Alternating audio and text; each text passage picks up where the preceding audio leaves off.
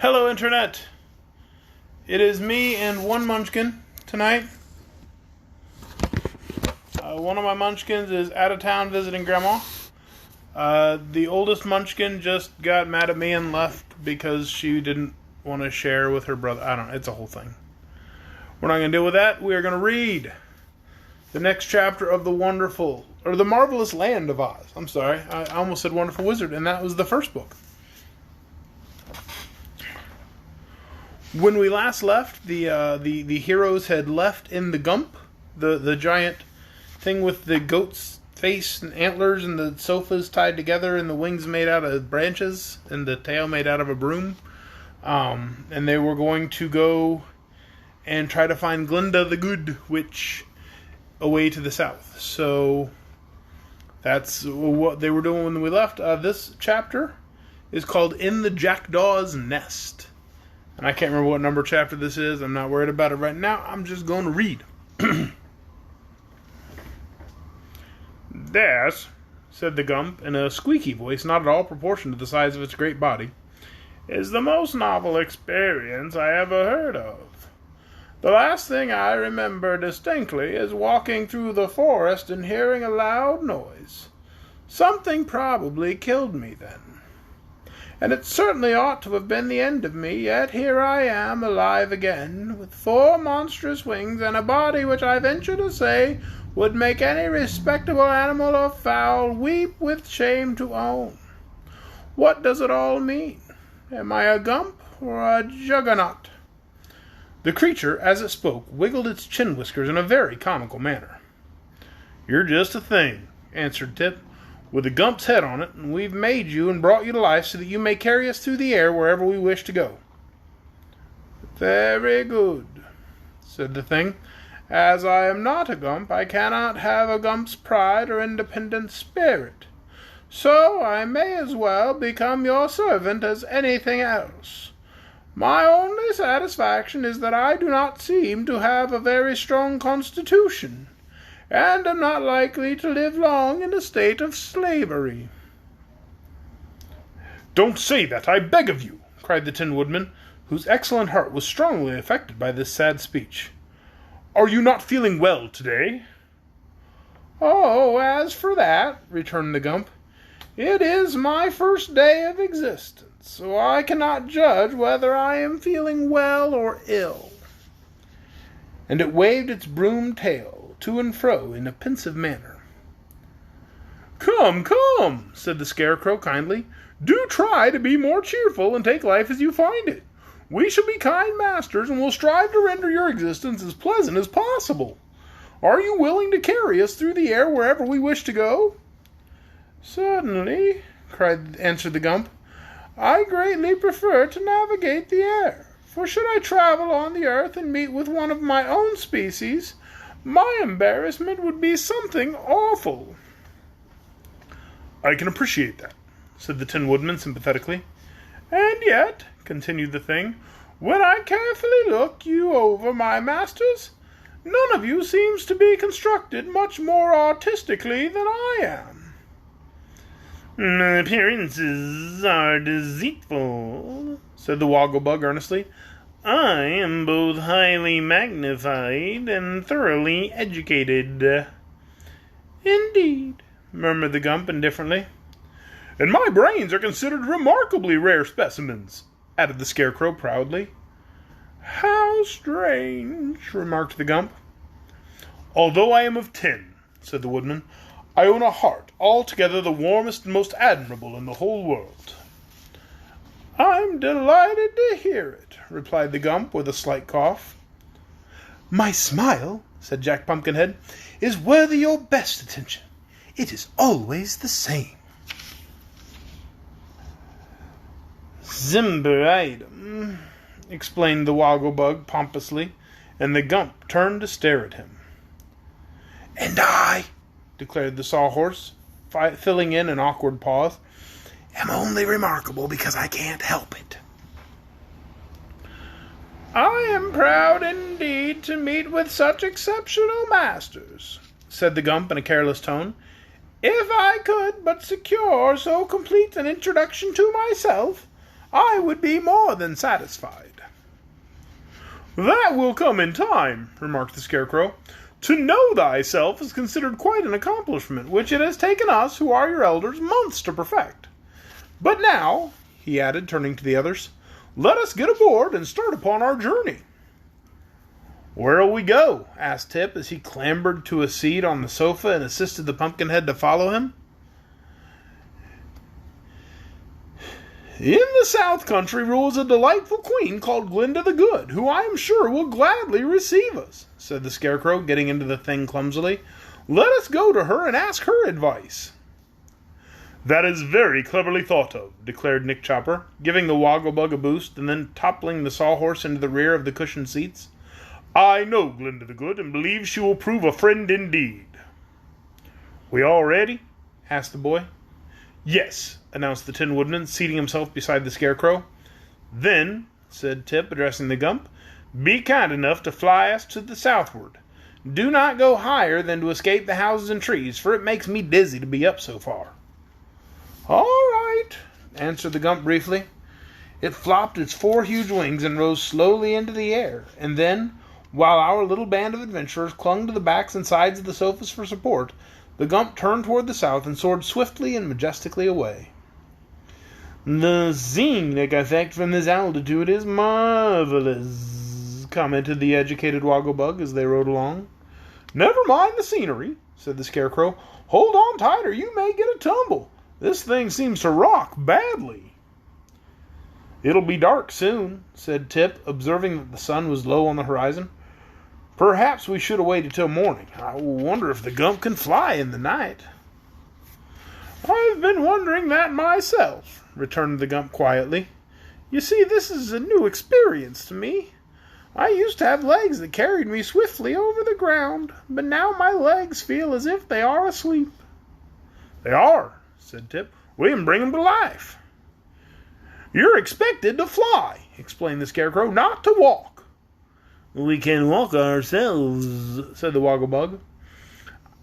"I begin to understand what is required of me," remarked the Gump, "so I will do my best to please you." And he flew on for a time in silence.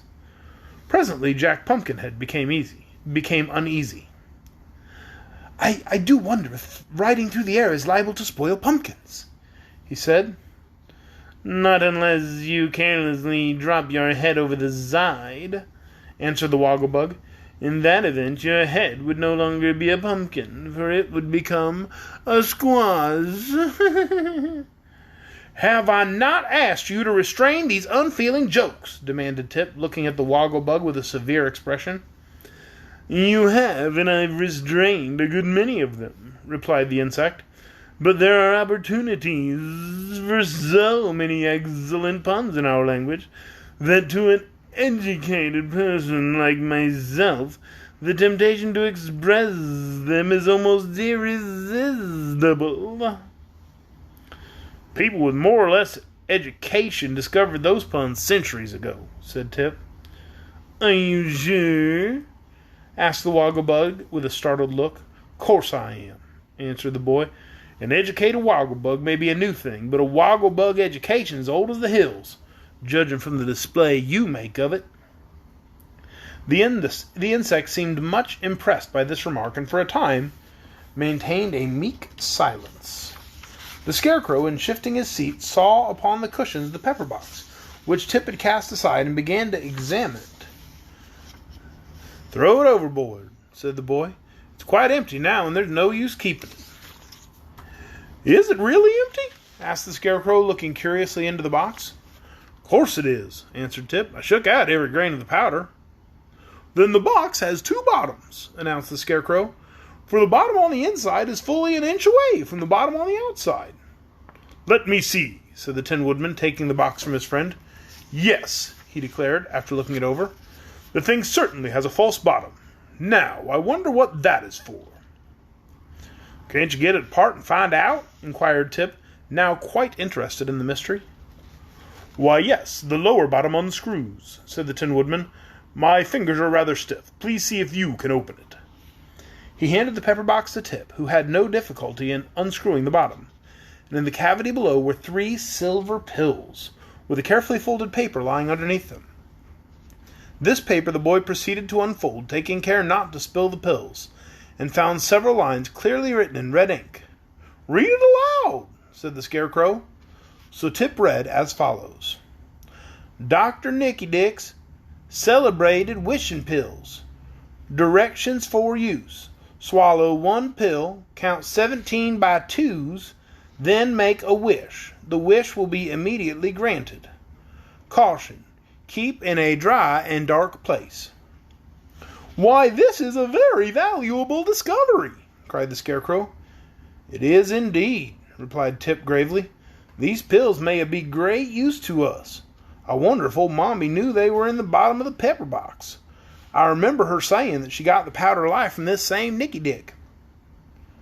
"He must be a powerful sorcerer," exclaimed the Tin Woodman, "and since the powder proved a success, we ought to have confidence in the pills." "But how," asked the Scarecrow, "can anyone count 17 by 2s? 17 is an odd number." "That's true," replied Tip, greatly disappointed. "No one can possibly count 17 by 2s.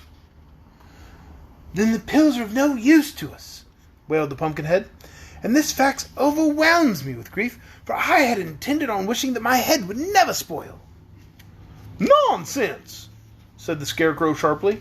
"If we could use the pills at all, we would make far better wishes than that." "I do not see how anything could be better," protested poor Jack. "If you were liable to spoil at any time, you can understand my anxiety." "For my part," said the Tin Woodman, "I sympathize with you in every respect. But since we cannot count 17 by 2, sympathy is all you are liable to get." By this time it had become quite dark, and the voyagers found themselves above a cloudy sky, through which the rays of the moon could not penetrate. The Gump flew steadily on, and for some reason the huge sofa body rocked more and more dizzily every hour. The Wogglebug declared he was seasick, and Tip was also pale and somewhat distressed. But the others clung to the backs of the sofa and did not seem to mind the motion as long as they were not tipped out. Darker and darker grew the night, and on sped the Gump through the black heavens. The travelers could not even see one another, and an oppressive silence settled down upon them. After a long time, Tip, who had been thinking deeply, spoke.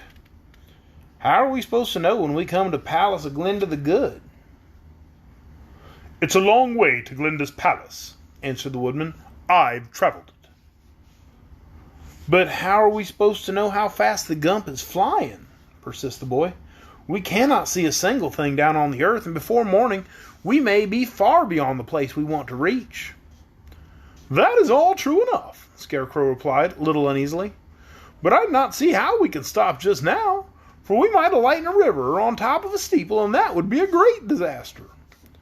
So they permitted the Gump to fly on with regular flops of its great wings, and waited patiently for morning. Then Tip's fears were proven to be well founded, for with the first streaks of gray dawn they looked over the sides of the sofas and discovered rolling plains dotted with queer villages where the houses, instead of being dome-shaped as they all are in the Land of Oz, had slanting roofs that rose to a peak in the center. Odd-looking animals were also moving about the open plains, and the country was unfamiliar to both the Tin Woodman and the Scarecrow, who had formerly visited Glinda the Good's domain and knew it well. "We are lost," said the Scarecrow dolefully. "The Gump must have carried us entirely out of the Land of Oz and over the sandy deserts and into the terrible outside world that Dorothy told us about." "We must get back," exclaimed the Tin Woodman earnestly. "We must get back as soon as possible." "Turn around," cried Tip to the Gump. "Turn as quickly as you can." "If I do, I shall upset," answered the Gump. "I'm not at all used to flying, and the best plan for me would be to alight in some place, and then I can turn around and take a fresh start." Just then, however, there seemed to be no stopping place that would answer their purpose. They flew over a village so big that the Wogglebug declared it was a city. Then they came to a range of high mountains with many deep gorges and steep cliffs showing plainly. "Now's our chance to stop," said the boy, finding they were very close to the mountain tops. Then he turned to the Gump and commanded, "Stop at the first level place you see." "Very well," answered the Gump, and settled down upon a table of rock that stood between two cliffs. But not being experienced in such matters, the Gump did not judge his speed correctly, and instead of coming to a stop against the flat rock, he missed it by half the width of his body, breaking off both his right wings against the sharp edge of a rock, then tumbling over and over down the cliff. Our friends held on to the sofas as long as they could, but when the Gump caught on a projecting rock, the thing stopped suddenly, bottom side up, and all were immediately dumped out. By good fortune, they fell only a few feet, for underneath them was a monster nest built by a colony of jackdaws in a hollow ledge of rock, so none of them, not even the Pumpkinhead, was injured by the fall, for Jack found his precious head resting on the soft breast of the Scarecrow, which made an excellent cushion, and Tip fell on a mass of leaves and papers which saved him from injury. The Woggle-Bug had bumped his round head against the Sawhorse, but without causing him more than a moment's inconvenience. The Tin Woodman was at first much alarmed, but finding he had escaped without even a scratch upon his beautiful nickel plate, he at once regained his accustomed cheerfulness and turned to address his comrades. "Our journey has ended rather suddenly," said he. "We cannot justly blame our friend the Gump for our accident, because he did the best he could under the circumstances. But how are we ever to escape from this nest? I must leave to someone with better brains than I possess." Here he gazed at the Scarecrow, who crawled to the edge of the nest and looked over. Below them was a sheer precipice, several hundred feet in depth. Above them was a smooth cliff, unbroken save by the point of rock where the wrecked body of the Gump still hung suspended from the end of one of the sofas. There really seemed to be no means of escape, and as they realized their helpless plight, the little band of adventurers gave way to their bewilderment.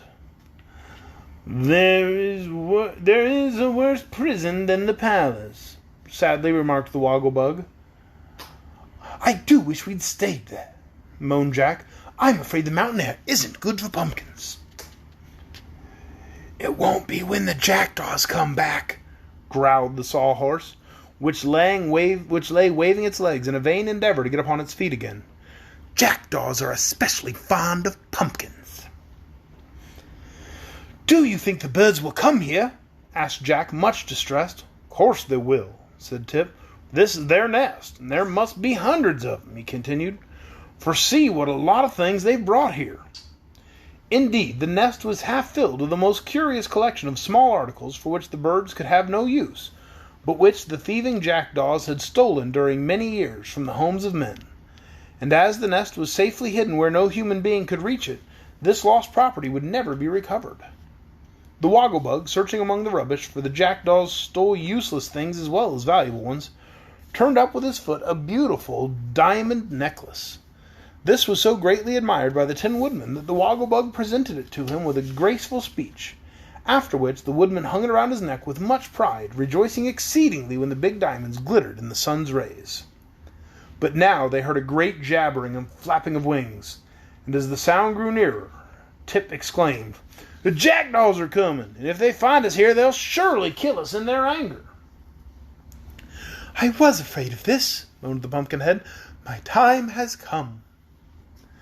"And mine also," said the Woggle-Bug, "for jackdaws are the greatest enemies of my race." The others were not at all afraid, but Scarecrow at once decided to save those of the party who were liable to be injured by the angry birds. So he commanded Tip to take off Jack's head and lie down with it at the bottom of the nest. When this was done, he ordered the Woggle-Bug to lie beside Tip. Nick Chopper, who knew from past experience just what to do, then took the Scarecrow to pieces, all except his head, and scattered the straw over Tip and the Woggle-Bug, completely covering their bodies. Hardly had this been accomplished when the flock of jackdaws reached them. Perceiving the intruders in their nests, the birds flew down upon them with screams of rage. And that's the end of our chapter. Woo, they're in trouble now, aren't they, Arthur? What do you think will happen tomorrow night? I don't know. But I can tell you that tomorrow night's chapter is called Dr. Nicky Dick's Magical Wishing Pills. So I'm guessing the solution to their problem has something to do with those wishing pills in the bottom of the tin. Who knows? Have a great night, everybody, and I'll see you back here tomorrow night for the next chapter of The Marvelous Land of Oz. Good night. Arthur, you want to say good night? Good night. They could probably wish that